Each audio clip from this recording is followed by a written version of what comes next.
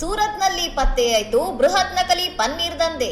Palm ಎಣ್ಣೆ ಮತ್ತು ಆಮ್ಲ ಬಳಸಿ ತಯಾರಿಸುತ್ತಿದ್ದ 1400 ಕೆಜಿ ಪನ್ನೀರ್ ವಶ.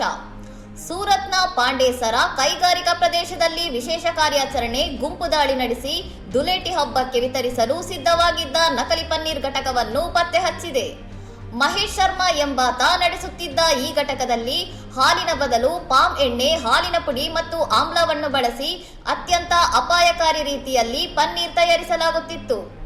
ಪೊಲೀಸರು ಸುಮಾರು 28.44 ಲಕ್ಷ ರೂಪಾಯಿ ಮೌಲ್ಯದ ವಸ್ತುಗಳನ್ನು ವಶಪಡಿಸಿಕೊಂಡಿದ್ದು, ಇದರಲ್ಲಿ 1400 ಕೆಜಿ ನಕಲಿ ಪನ್ನೀರ್ ಹಾಗೂ ಪಾಶ್ಚರೀಕರಣ ಯಂತ್ರಗಳು ಸೇರಿವೆ. ಕಳೆದ 2 ವರ್ಷಗಳಿಂದ ಈ ಅಕ್ರಮ ದಂಧೆ ನಡೆಯುತ್ತಿದ್ದು, ನಗರದ ಪ್ರಮುಖ ಡೈರಿಗಳು ಮತ್ತು ಹೋಟೆಲ್ಗಳಿಗೆ ಪ್ರತಿದಿನ 400 ಕೆಜಿ ಅಧಿಕ ನಕಲಿ ಪನ್ನೀರ್ ಪೂರೈಕೆಯಾಗುತ್ತಿತ್ತು ಎಂದು ತಿಳಿದುಬಂದಿದೆ.